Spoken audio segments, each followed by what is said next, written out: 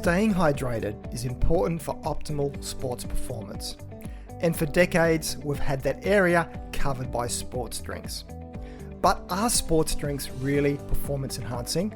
Or are they mostly marketing spin when just plain old water will do the trick for most people? That's what I'll explore in today's podcast, along with giving you my personal DIY recipe for sports drink to get these drinks into you on the cheap.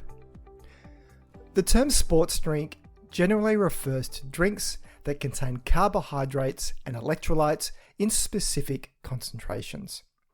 The main ingredient of sports drinks is, of course, water, which is there to help offset the loss of fluids during physical activity.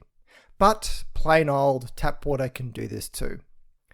Keeping hydrated is important because dehydration greatly affects the perception of effort experienced by an athlete.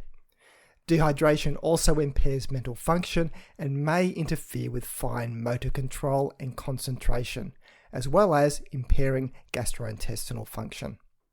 So it is more the other ingredients in sports drinks apart from water that mostly explain why they can benefit some athletes in certain situations. First, let's cover the carbohydrates. Sports drinks contain simple sugars or glucose polymers that help maintain hydration and blood glucose and enhance performance. Taking on extra carbohydrate in an easy-to-consume drink is especially beneficial for strenuous endurance activities lasting longer than about an hour and a half, and during intense activities or during prolonged competitive games that demand repeated intermittent activity. Fluid transport to the tissues from beverages containing up to 8% glucose is quite rapid. Most sports drinks contain carbohydrate in the 6 to 8% range, which is much less than a standard soft drink. This is the sweet spot, and pun intended, where you see a fairly rapid glucose uptake in the body, as once you get above 8% carbohydrate, that can cause some issues with abdominal cramps, nausea and diarrhea during intense activity. So this class of sports drinks is called isotonic because the concentration of solutes in it is similar to that of human blood. Hypotonic sports drinks are low in carbohydrate and are used more just for hydration, while hypertonic sports drinks are higher in carbohydrates above that 8% level and are more used for post-exercise refueling, as they are absorbed slower. That's why they're not really suited for taking on during exercise. So taking on carbohydrates during exercise can support or enhance performance by two different mechanisms. The first is by providing extra fuel for the muscles, especially in endurance events.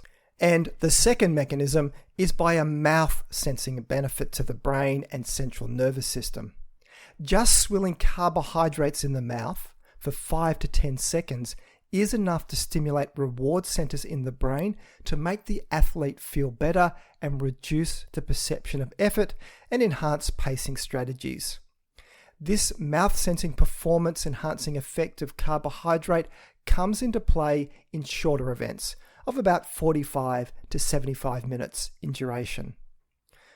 The carbohydrate in sports drinks also contributes to their palatability, which makes it more likely an athlete will drink.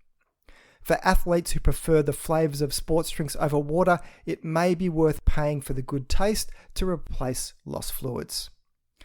As a side note here, athletes who have short or long-term goals related to body weight for either weight-restricted sports or where body weight to power ratio is important in their sport, then overuse of energy-dense fluids, such as sports drinks, may create problems for excess energy without a lot of long-term nutritional advantage. The other key ingredient in sports drinks are electrolytes, sodium being the main one. Sodium makes up over half of our extracellular fluid, so we do lose quite a bit of it from sweating. The theory is that sports drinks can help replace this lost sodium. Most physically active people, though, do not need to replace the minerals lost in sweat immediately. A meal eaten within hours of competition replaces these minerals quick enough. Though some athletes who are particularly salty sweaters may benefit more. The sodium in sports drinks also helps to increase the rate of fluid absorption from the GI tract and maintain plasma volume during activity and recovery. The sodium content of sports drinks also encourages fluid intake by driving the thirst mechanism, while also increasing absorption and fluid retention. Sodium concentrations in the range of 10 to 25 millimoles per litre enhance the palatability and voluntary consumption of fluids consumed during exercise. Now, sports drinks with higher sodium concentrations are there to target the replacement of sweat electrolyte losses with greater effects on fluid absorption and retention, so they may be more effective in the recovery phase after exercise. Potassium is another electrolyte added to some drinks, but it is likely it has no real benefit considering most of our potassium is found inside the cell, so sweat losses of it are very small. The same here goes for magnesium, which is found mostly inside the cells. So adding this to a sports drink probably does very little, but it looks great to have it on the label. Now, a small number of sports drinks also include protein or amino acids at around 2 grams per 100 ml. The case for consuming protein during exercise to enhance performance is pretty contentious, with research appearing to mostly show benefits of protein taken during sport only in the face of suboptimal intake of carbohydrate. So here it is probably protein that is just stepping in as an extra energy source. Then there are sports drinks that have added vitamins and even herbal ingredients in them. This is a clear case of the company's marketing department having been boozing way too much on their marketing brainstorming sessions, as these extra ingredients are seriously unlikely to offer any additional benefit. The only exception would be a sports drink that contains caffeine, which definitely can have performance benefits. So check out my prior podcast, episode number 17, on how caffeine can be used in sport. Now, a word of caution here that doesn't mean energy drinks like Red Bull are sports drinks. They have a much higher sugar content than isotonic sports drinks, so will increase the risk of GI problems if you take them on during sport. Plus, they're also carbonated, so that's another GI issue to deal with. Sports drinks provide a convenient option for simultaneously addressing fuel, fluid, and electrolyte needs before, during, and after exercise.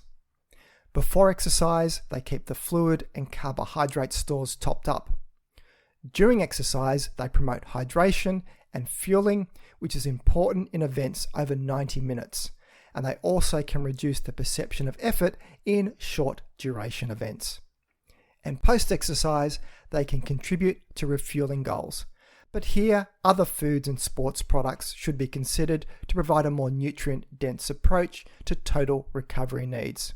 Though sports drinks could be convenient if there is limited time between training sessions or competition events. It is not all smooth sailing with sports drinks though, as some athletes report that sports drinks cause gut discomfort or make them feel unwell. So here, practicing fluid intake strategies during training can assist in preventing dehydration, as well as helping to overcome problems such as dislike of the taste, mouthful of the drink, and GI discomfort.